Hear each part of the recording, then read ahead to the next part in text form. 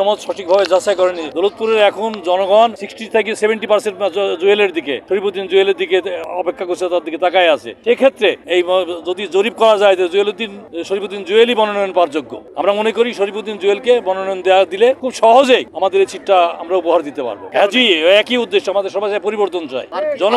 জনমত পরিবর্তন, জনমত যাচাই করে পরিবর্তন করা হোক। এই র্যালির উদ্দেশ্য হচ্ছে যে জনগণকে জানাতে চাই, আমাদের দলের কর্তৃপক্ষকে জানাতে চাই, আমাদের তারেক রহমানের কাছে মেসেজ দিতে চাই, দৌলতপুরের মানুষ পরিবর্তন চাই। মনোনয়ন সঠিক হয়নি বলে আমরা মনে করি, মনোনয়ন সঠিকভাবে করলে, যাচাই করে দিলে শরীফুদ্দিন জুয়েলই মনোনয়ন পাবে।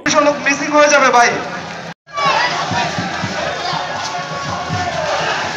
ইউনিভার্সাল কার্ডিয়াক হসপিটাল, আপনার হৃদয়ের আরো কাছে।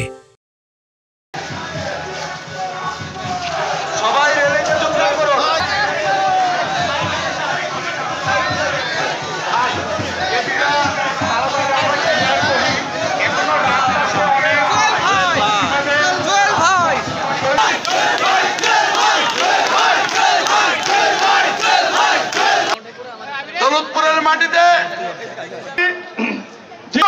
দৌলতপুরের গণমানুষ সৈনিকবৃন্দ, আপনাদের সবাইকে বাংলাদেশ জাতীয়তাবাদী দলের পক্ষ থেকে জানাই, একটা টিমের মাধ্যমে তদন্ত করে দৌলতপুর মাটিতে এই খুলনা বিভাগে আপনারা আমাদের আজকে যে উদ্দেশ্যে এসেছেন দিয়ে দেওয়ার জন্য বিশেষভাবে অনুরোধ করছি।